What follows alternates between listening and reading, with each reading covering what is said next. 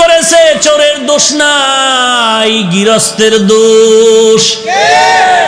চোরায় চুরি করতে ঢুকছে, দেওয়াল বইনা এক চোরায় মারা গেল, আর এক চোরায় আদালতে মামলা দিছে বাড়িওয়ালার ফাঁসি চাই।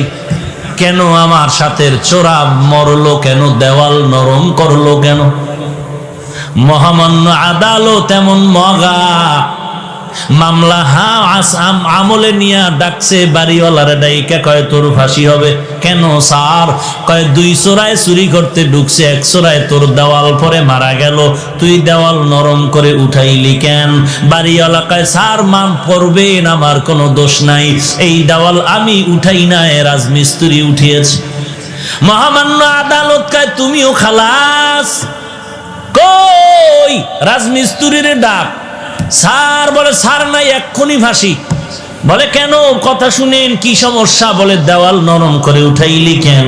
বলে দেওয়াল উঠাইছি আমি, তবে নরম আমার কারণে হয় নাই, যেই যোগালি আমার এই সিমেন্ট মিলাই দিছে, পানি বেশি দিছে, নরম হয়ে গেছে, আমার কোনো দোষ নাই। মহামান্য আদালতকে তোরও মাফ করে দিলাম। ধর যোগালি কই, এই তুই পানি নরম করে বালু দিলি কেন?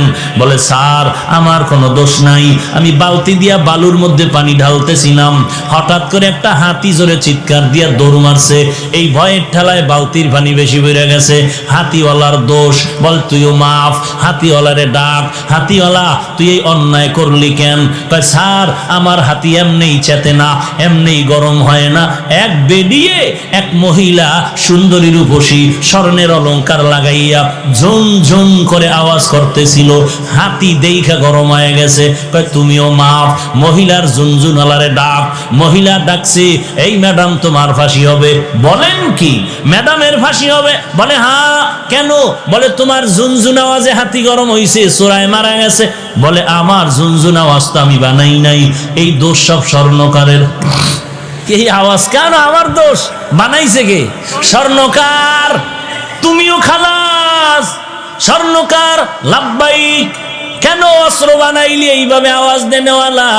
স্বর্ণকার এবার তো কোনো দেয়ালে পেট থেকে গেল, এখন আর কোনো জবাব নাই। স্যার কিছু করার নাই, বানাইছি তো বানাইছি। বলে এখন তোর ফাঁসি হবে। বলে কই এর ফাঁসি আমার গলায় আসলো কেন? কি এর ফাঁসি? বলে পরে ফাঁসির পরে জানা যাবে, এখন ফাঁসি হবে, কোনো কথা নাই। কপাল